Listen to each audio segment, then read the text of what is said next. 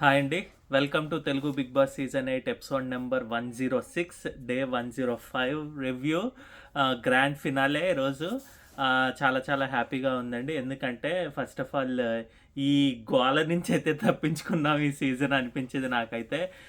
Worst season అని నా ఉద్దేశం అండి, ఎవరేమనుకున్నా కూడా. ఎందుకంటే ఫస్ట్ ఆఫ్ ఆల్ సీజన్ 6లో వాళ్ళు కంటెస్టెంట్స్ బాగాలేదు, అంతగా బాగా ఆడలేదు, వాళ్ళు తోచింది చేయడం ఇదంతా జరిగింది. బట్ సీజన్ 8లో ఏంటంటే కంటెస్టెంట్స్ బాగున్నా కూడా బిగ్ బాస్ క్లమ్జీనెస్ తోటో, లేకపోతే బయాస్డ్ హోస్టింగ్ తోటో, లేకపోతే బయట నుంచి ఎక్కువ పిఆర్ గోల ఎక్కువ అయిపోయింది, రివ్యూయర్స్ గోల ఎక్కువ అయిపోయిందండి. సో నాకైతే కొద్దిగా నచ్చలేదు. ప్లస్ ప్రతి కంటెస్టెంట్ అవుట్ ఆఫ్ ఆల్ 22 కంటెస్టెంట్స్లో ఒక్కళ్ళో ఇద్దరో లెక్క చెప్తే తప్పితే మిగిలిన వాళ్ళందరిలో కూడా 50% పాజిటివ్, 50% నెగిటివ్ ఉందండి. సో దాని గురించి అస్సలు నచ్చలేదు. ఇంకా సీజన్ ఎండ్ అవ్వాలి, సరే ఎక్కువ ఎలాగైనా ఒకళ్ళు విన్నర్ అవుతారు, రన్నర్ అవుతారు, ఇంక ఇది ఇలా జరుగుతుంది ఖచ్చితంగా. అలాగే ఏంటది, నేను 105 డేస్ మొత్తం రివ్యూ చేయాలి అన్న దీంతో ఈ పర్టికులర్ గ్రాండ్ ఫినాలే ఎపిసోడ్ కూడా రివ్యూ పెడదామని అనుకున్నా. బట్ రివ్యూ కన్నా అనుకునే కన్నా ముందర నా యొక్క ఒపీనియన్ చెప్తాను సీజన్ గురించి, లేకపోతే కంటెస్టెంట్స్ గురించి, కొంతమంది గురించి. సో దీంట్లో కొద్దిగా అన్యాయంగా కొద్దిగా అనిపించింది, కొద్దిగా బాధగా అనిపించింది అయితే కనుక, అయ్యో అనిపించింది అయితే కనుక ఫస్ట్ అయితే మణికంఠ అండి. నేను ఎక్స్పెక్ట్ చేశాను తను ఫినాలే వీక్లో ఉంటాడు, తను బాగా ఆడుతున్నాడు, మంచిగా పాయింట్స్ పెడుతున్నాడు.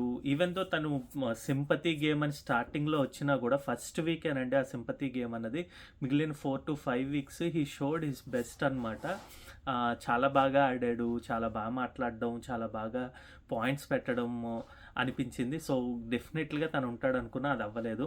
నెక్స్ట్ విష్ణుప్రియ స్టార్టింగ్లో మనకి ఫస్టే ప్రీ ఫ్యాన్ బేస్ తోటి మనకి తెలిసిన అమ్మాయి, ప్లస్ మాకు కూడా చాలా చాలా ఇష్టము, పర్సనాలిటీ ఇష్టము, ఆమె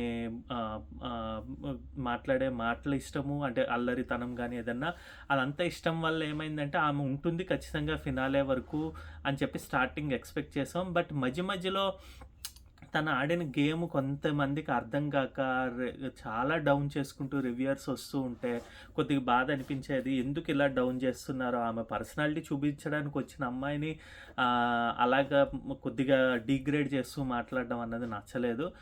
బట్ ఆమె తెలుసో తెలియకో ఆమె కూడా కొన్ని మాటలు 1-2-3 టైమ్స్ నాకు ప్రియారిటీ పృథ్వీ అన్నట్టు మీనింగ్ వచ్చేసరికి, అంటే అది ఎపిసోడ్లో అలా టెలికాస్ట్లు అయ్యేసరికి దాని గురించి లైవ్లో వేరేగా ఉన్నా కూడా ఎపిసోడ్లోకి అది రీచ్ సరిగ్గా రాకపోయేసరికి తన నెగిటివిటీ కొద్దిగా అయ్యిందండి. బట్ స్టిల్ లాస్ట్కి వచ్చేసరికి ఏదో హోప్ ఉండేది, అట్లీస్ట్ టాప్ 5కి వెళ్తారు అని చెప్పి. బట్ అది కూడా కుదరకపోయేసరికి అది కూడా నచ్చలేదు. నెక్స్ట్ ఇంకా గౌతమ్ కృష్ణకి అండ్ నబీల్కి కూడా నాకెందుకో ఈ పర్టికులర్ వీక్ అన్యాయంగా అనిపించిందండి. సో ఎందుకంటే నబీల్ సెల్ఫ్ మేడ్ మ్యాన్ అని ఆయన బిగ్ బాస్ ఏ విధంగా చెప్పారో అదే విధంగా మనకి చూస్తే గనక తనకి ఎప్పుడు కూడా కన్సిస్టెంట్గా ఓటింగ్ తనకి ఉందండి. మంచిగా తను ఫ్యాన్స్ వల్లే వచ్చాడని నా యొక్క ఉద్దేశం అండి. పిఆర్ కన్నా, లేకపోతే పిఆర్ అంటే చెడ్డ మాట అని కాదండి, పిఆర్ ఉంటారు, ప్రతి ఒక్క కంటెస్టెంట్కి ఉంటారు. కాకపోతే ఏంటంటే వాళ్ళ యొక్క లెవెల్కి మించి పెట్టుకున్న పిఆర్ని బట్టి వాళ్ళు విన్ అయితే కోపం వస్తుంది అనమాట. అంటే ఇప్పుడు ఎలాగంటే ఇప్పుడు అక్కడ ఆడిన విధానం ఒకటైతే దాన్ని పాజిటివ్గా వేరే కంటెంట్ కింద చూపించి అంటే ఎదుటి వాళ్ళు నెగిటివ్స్నే హైలైట్ చేయడానికి ట్రై చేస్తుంటారు చూడండి, వాళ్ళు తప్పు అనిపిస్తుంది. బట్ నబీల్ పిఆర్ అయితే నాకు ఎక్కడ, అంటే పిఆర్ అన్నది నేను అన్ను, ఎందుకంటే వాళ్ళదైతే ఖచ్చితంగా నేను ఫ్యాన్స్ అనే అంటాను. నబీల్ విషయంలోకి వచ్చేసరికి సో తనది తప్పు లేకపోయినా, ఎదుటి వాళ్ళది తప్పు ఉన్న ఆ సమయంలో కూడా వాళ్ళేమో అది హైలైట్ చేసి ఇలాగా అలాగా అని చెప్పినట్టు నాకేం అనిపించలేదు. నబీల్ జెన్యున్గా పైకి వచ్చినట్టు అనిపించింది. తన గురించి గొప్పలు చెప్పారు, లేదంటే నెగిటివ్ ఉన్నప్పుడు కామ్గా ఉన్నారు, అలాగే చేశారు. కానీ వాళ్ళ ఫ్యాన్స్ కానీ పిఆర్ కానీ తన తనతో పాటు ఎదుటి వాళ్ళు ఏదైనా చేస్తే వాళ్ళని నెగిటివ్ చేసినట్టుగా నాకెక్కడ ఏ పర్టికులర్ వీడియో కింద కానీ లేకపోతే నేను చూసే ఫాలో అయిన రివ్యూవర్స్ యొక్క కమెంట్స్లో కానీ ఎక్కడ చూడలేదండి. సో నాకైతే కనుక నబీల్ డబ్బులు తీసుకుని ఉంటే కొద్దిగా ఫోర్స్ చేయించుంటే బాగుండేది అనిపించి, ఎంత కష్టపడి మనం ఎవరైనా కూడా మనం లైఫ్లో అంటే మరీ మనం ఇప్పుడు అంబానీ అని చెప్పి చిరంజీవి గారు అని చెప్పి ఇలా చెప్పుకోలేం కదా. సో మనం మిడిల్ క్లాస్ ఫ్యామిలీకి ఒక 5 సెకండ్స్లో ఆర్ 10 సెకండ్స్లో 5 lakhs అన్నది చాలా హ్యూజ్ అమౌంట్ అది రావడం. సో అందు గురించి ఆ 5 lakhs పెట్టినాను. బై 5 lakhs పెట్టుంటారని మినిమం ఎక్స్పెక్ట్ చేసినాను సిల్వర్ బ్రీఫ్ కేసులో. అప్పుడు తను యాక్సెప్ట్ చేస్తుంటే బాగుండని నాకు అనిపించిందండి. బట్ అది కుదరలేదు. సమ్హౌ వాళ్ళ ఫ్యామిలీ కూడా వద్దనుకున్నారు. వాళ్ళందరిది గుడ్నెస్ కాదనట్లేదు వాళ్ళు అలా ఆలోచించడం. బట్ స్టిల్ ఒకే ఒక్క ఛాన్స్ మిస్ చేసుకున్నాడు. ఎందుకంటే టాప్ 2కి వెళ్ళేసరికి గౌతమ్ కానీ నిఖిల్ కానీ ఆ ఛాన్స్ ఉండదండి. ఎందుకంటే మనకి నెక్స్ట్ స్టెప్ కప్పే.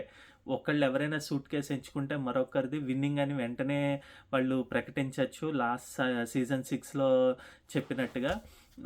బట్ అక్కడ ఎంత ఫోర్స్ చేసి నువ్వు తీసుకో అని చెప్పడం అన్నది అస్సలు నచ్చలేదు అక్కడ సీజన్ 6లో.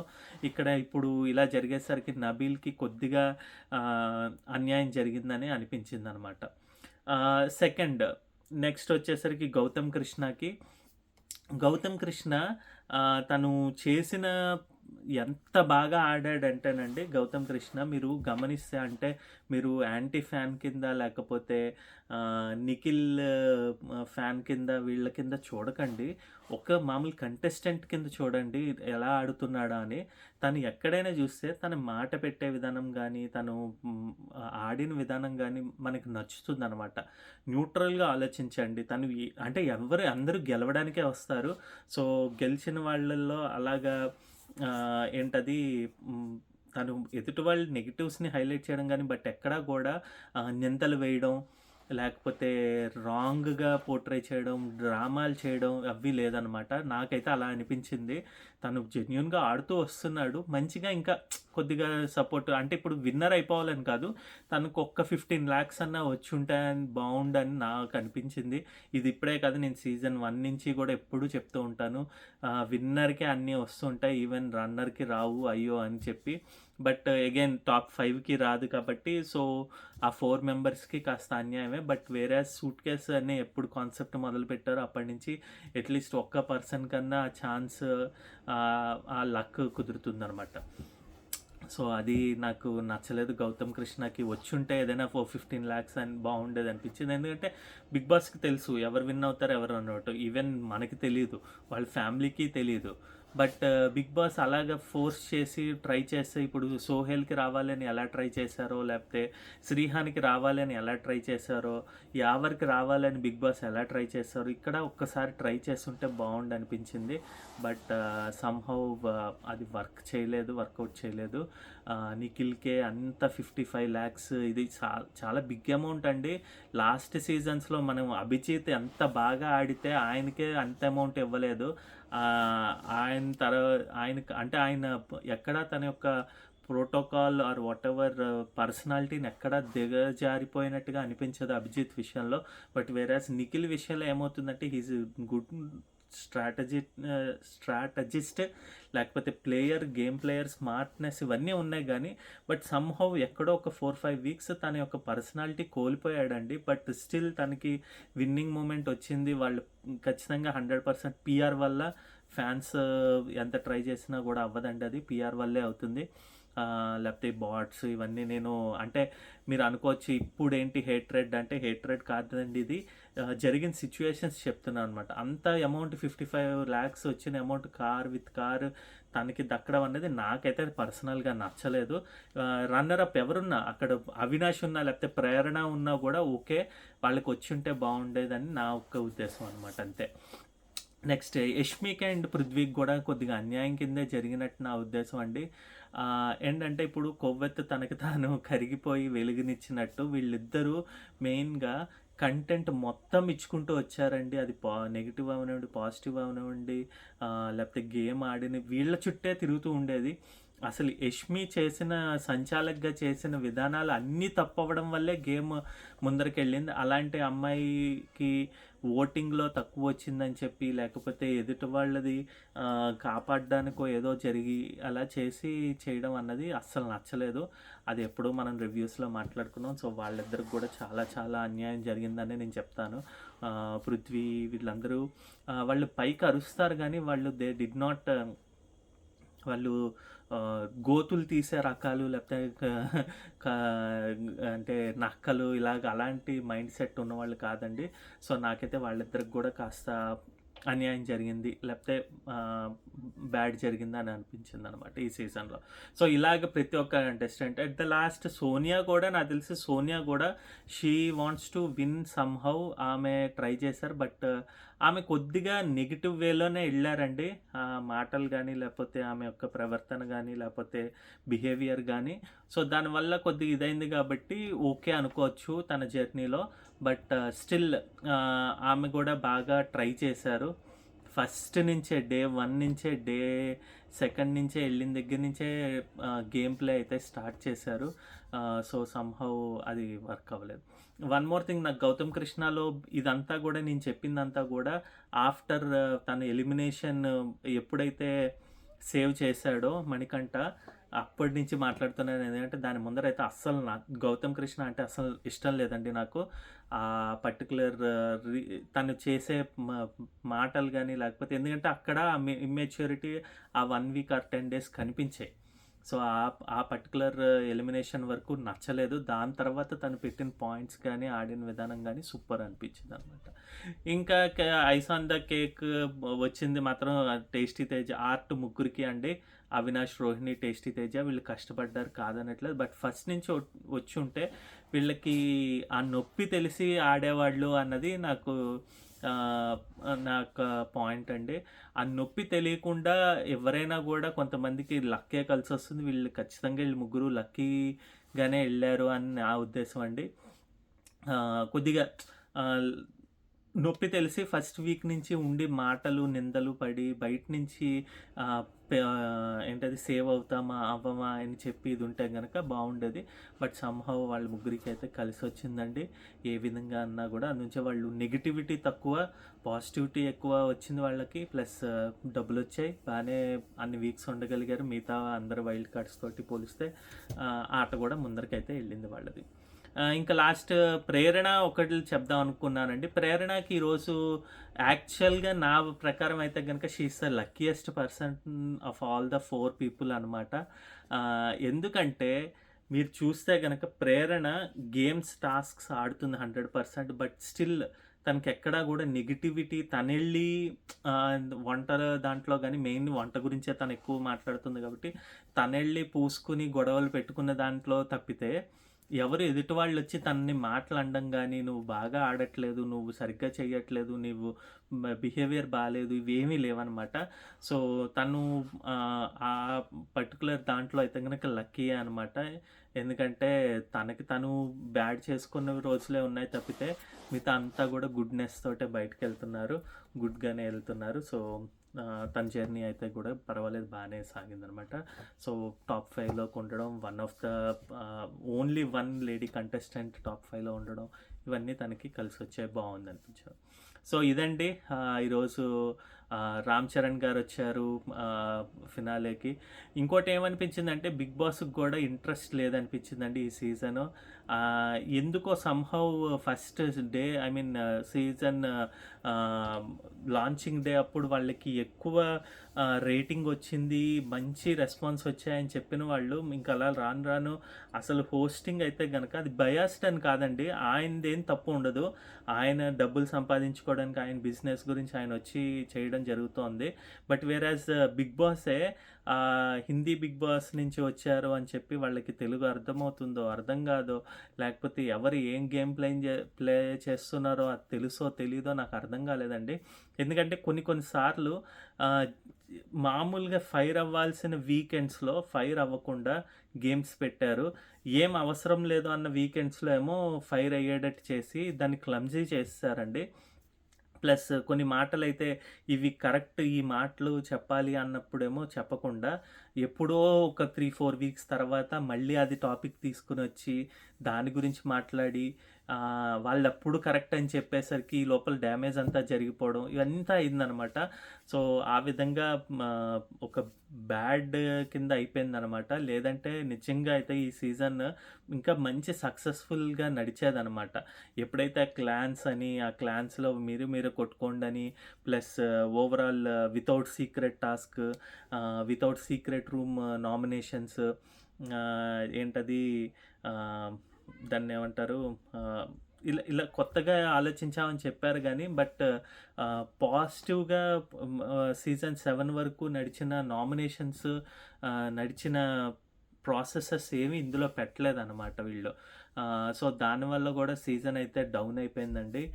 ఇంట్రెస్ట్ మొత్తం పోయింది. జనాలు చాలా అసలు అట్రాక్ట్ అవ్వలేదు. ఈవెన్ ఇంకోటి గూడా ఇప్పుడు ఈ పర్టిక్యులర్ చాలా ఓటింగ్ జరిగిందని రివ్యూయర్స్ కూడా చాలా నెగెటివ్ అయిందండి. రివ్యూయర్స్ అయితే చెత్తలా చేశారని చెప్పాలండి. ప్రతి ఒక్కళ్ళు ఒక్కొక్క కంటెస్టెంట్ ఇద్దరిద్దరు కంటెస్టెంట్ ఇష్టము అని చెప్పి దాని గురించే పోరాడినట్టుగా వాళ్ళు మాట్లాడ్డాలు అస్సలు నచ్చలేదండి. వాళ్ళు కొంతమందేమో యష్మి ఉన్నప్పుడు ఒకలాగా, ప్రేరణ ఉన్నప్పుడు ఒకలాగా ఒకతను ఉంటాడండి. ఆయన చెప్పడం జరిగింది. నిఖిల్ గురించి ఒకతను టాప్ పెద్ద రివ్యూయర్ ఆహ్, క్యాస్ట్‌తో పేరు గూడా ఉంటుందండి. ఆయన చెప్పలేదండి. అలాగే ఒక ఆముంటారు. ఆమైతే గనక ఓన్లీ గౌతమ్ అని చెప్పి మిగిలిన వాళ్ళని నెగెటివ్ చేసుకుంటూ వచ్చి లాస్ట్‌కేమో లేదు గౌతమ్, నిఖిల్ ఇద్దరు సూపర్ అని చెప్పడం ఆమె వంతయిందండి. ఇంకోళ్ళు ఏవో న్యూస్‌లు ఇవన్నీ ఇస్తామని చెప్పి ఒక రివ్యూయర్ ఉంటాడు. ఆయనైతే గనక ఏకంగా గౌతమే గ్రేట్ అని చెప్పడం. ఇలా ఇలా డిఫరెంట్ వీళ్ళందరూ వాళ్ళ కంటెస్టెంట్స్ మంచిగా వాళ్ళెవరు నచ్చుతారో వాళ్ళని హైలైట్ చేయడానికి ఎదుటి వాళ్ళు నెగెటివ్సే చెప్పుకుంటూ వచ్చారు. సో, దానివల్ల గూడా అసలు చాలా చిరాకుగా ఉండేదండి బయటన. ఏ కమెంట్స్ చూసినాను అన్నీ బాట్ కమెంట్సే. విష్ణుప్రియ సూపర్, ప్రేరణ సూపర్, యష్మి సూపర్ అని లేడీ కంటెస్టెంట్స్ చెప్పే వాళ్ళకి ఏంటది సారీ రావట్లేదు మాటలు. రివ్యూ కింద కమెంట్స్ ఇవి ఉండేవన్నమాట. ఇవి ఉంటే ఓకే అనుకునే లోపల దీని మధ్యలో నుంచి ఎన్ని ఉండేవంటేనండి, గౌతమ్ సూపర్, నిఖిల్ సూపర్ అని చెప్పి, నిఖిల్ లవ్ సింబల్స్ అని చెప్పి ఇలా ఇవన్నీ కూడా బాట్ కమెంట్స్ ఇవి వచ్చి ఉండేవన్నమాట.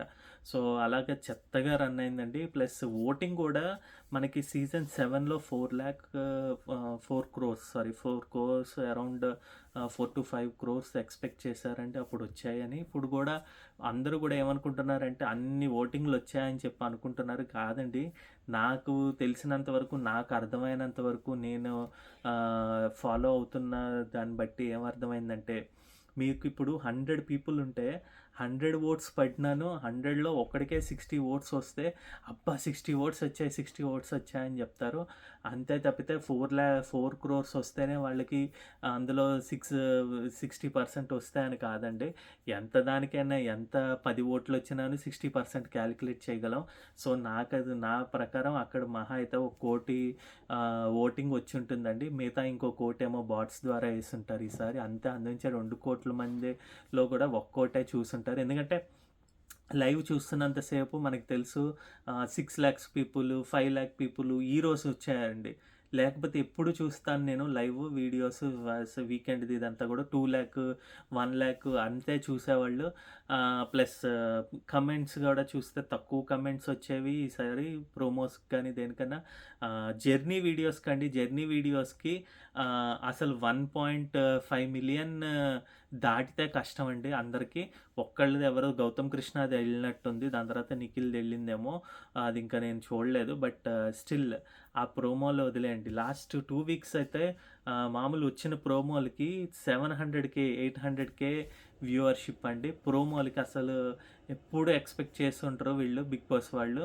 బిలియన్స్లో వెళ్తుందండి ప్రోమోకి అట్లీస్ట్ వితిన్ 4-5 అవర్స్లో.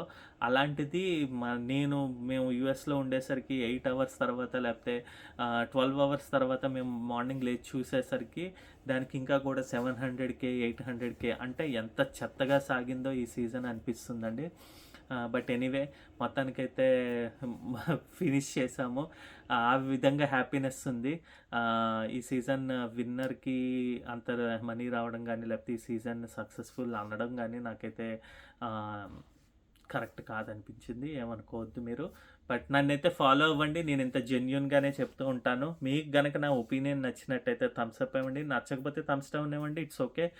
నేను తెలుసుకుంటాను. బట్ కమెంట్ అయితే చేయండి. నాకు అర్థమవుతుంది. ఓహో! ఓకే. ఏంటి మార్చుకోవాలి అన్నది నేను ట్రై చేస్తాను.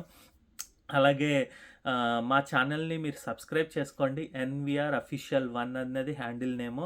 దాన్ని సెర్చ్ చేస్తే మీకు హిమాలయ్ అని నేమ్ తోటి కనిపిస్తుందనమాట. దయచేసి సబ్స్క్రైబ్ చేసుకొని మమ్మల్ని సపోర్ట్ చేయండి ప్లీజ్. రేపటి నుంచి అయితే కనుక ఖచ్చితంగా ట్రై చేస్తాను. రీల్స్ కానీ కొత్త కొత్తవి, లేదంటే ఫ్యామిలీ వ్లాగ్స్ కానీ, లేకపోతే మేము ఎక్కడికైనా వెళ్ళినవి కానీ మేము పోస్ట్ చేస్తూ ఉంటాను. మీరు ఫాలో అయ్యి చూడొచ్చు అనమాట. ఏదో విధంగా మిమ్మల్ని అందరినీ కలుస్తూ ఉంటాను. దయచేసి సపోర్ట్ చేయండి. బాయ్.